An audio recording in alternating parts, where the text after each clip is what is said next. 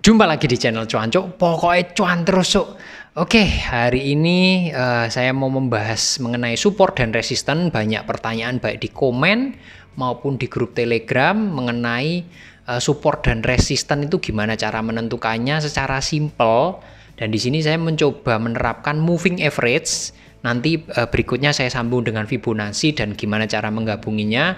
Moving average ini saya coba terapkan di chart Shiba. Kenapa Shiba? Ya banyak yang tanya dari grup juga. Shiba kalau antri di berapa, kalau turun dan lain sebagainya. Ini cara yang paling simple ya. Saya coba jelaskan dan chartnya ini saya kebetulan hari ini pakai dari Indodax ya. Kalau teman-teman dari handphone Indodax bisa klik aja Shiba USDT-nya, terus di atas chart ada tulisan full. Klik fullnya, nanti kurang lebih wujudnya seperti ini. Tapi bagi teman-teman yang di toko kripto, mohon maaf harus download TradingView di aplikasi dari Google Play Store. Kalau bagi yang punya Android ya, TradingView itu free juga, teman-teman bisa pakai. Ya, bagi teman-teman yang pakai Indodax silahkan langsung bisa pakai, intinya seperti itu. Kalau kita ngelihat di sini ini charts harian daily ya. Di sini saya pakai yang daily dulu. Cara nyeting gimana? Masuk ke indikator, ketik aja MA. Nanti keluarnya moving average, klik 4 kali, 1 2 3 4. Tujuannya apa? Klik 4 kali ini nanti ini saya mau pakai. Jadi secara singkat aja, moving average ini adalah menggambarkan pergerakan harga dalam periode tertentu. Periode ini maksudnya hari ya. Jadi kalau saya pakai 4 itu tandanya saya pakai 4 panduan. Satu dari periode 7 alias 7 hari berarti seminggu. Yang kedua 14 itu berarti 2 minggu. Yang ketiga adalah MA30 yang berarti sebulan, menggambarkan penggerakkan harga selama sebulan. Dan yang terakhir yang 2 bulan alias 60 hari. Nah itu patokannya apa kok 7, 14, 30, 60? Itu secara singkatnya untuk menggambarkan pergerakan harga dari rentang waktu mingguan sampai dengan 2 bulanan. Supaya kita bisa tahu arahnya ini kalau bullish atau bearish, naik atau turun itu dalam jangka waktunya mingguan atau bulanan kalau dari segi moving average. Singkatnya seperti itu. Sekarang kita coba atur di sini ya. Yang pertama kita samakan ya biar nanti enak pembahasannya.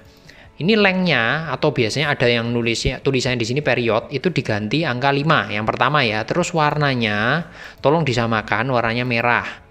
Ya biar pembahasannya enak. Yang berikutnya bukan 5 tapi kita pakai 7.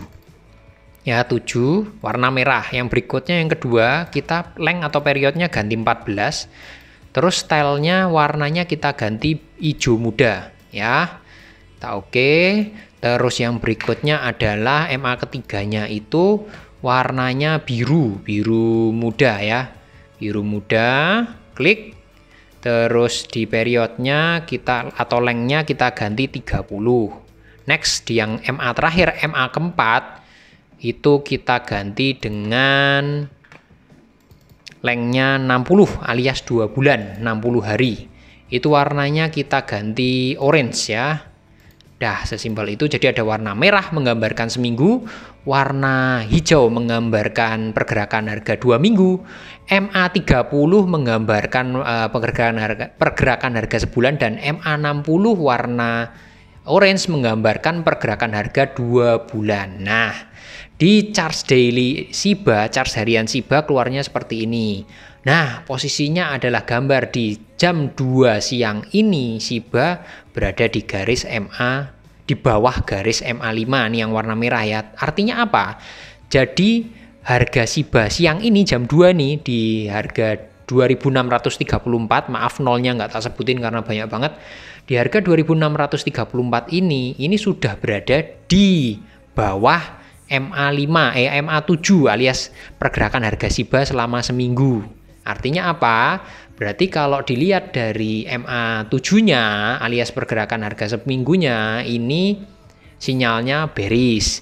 Tapi bagaimana kalau dibandingkan dengan pergerakan harga yang lainnya yang MA14, 30, 60? Karena harganya masih di atas mereka bertiga, tandanya apa?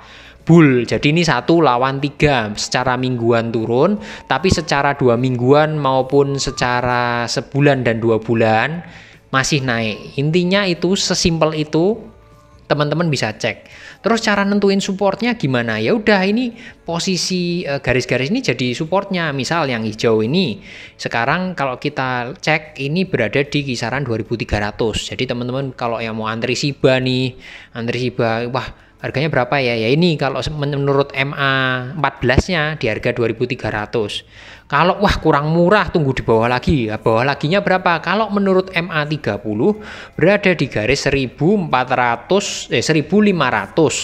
Dan kalau di MA 60 hari alias MA 2 bulanannya, kalau misalnya kurang murah lagi itu di harga 1.110.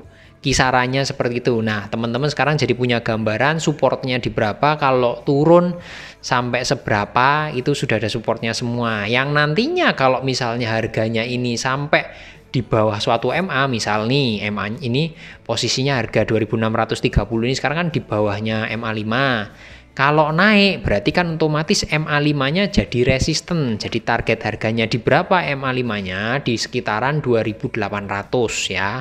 Nah, itu jadi target resisten terdekat. Nah, simple banget seperti itu cara kerja MA. Tapi ini di chart harian. Jadi bagi teman-teman ya, kalau kita menyaksikan chart harian ini biasanya untuk trading dalam beberapa hari ke depan, target harga beberapa hari ke depan, atau misalnya antri harga untuk beberapa hari ke depan atau bahkan mingguan. Kalau teman-teman pengen cepet, itu turunin aja di chart time frame-nya ke 4 jaman. Otomatis apa gambarnya berbeda.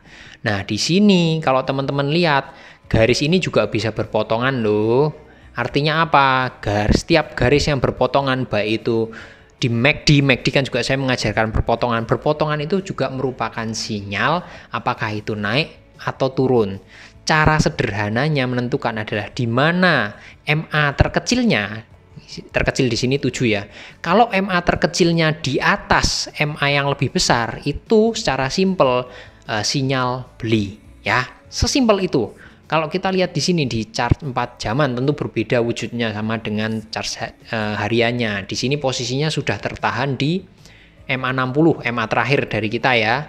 Kalau turun lagi tahanannya, teman-teman langsung cek di time frame yang harian dinaikin ya. Tadi 2.300 ya, di kisaran sini.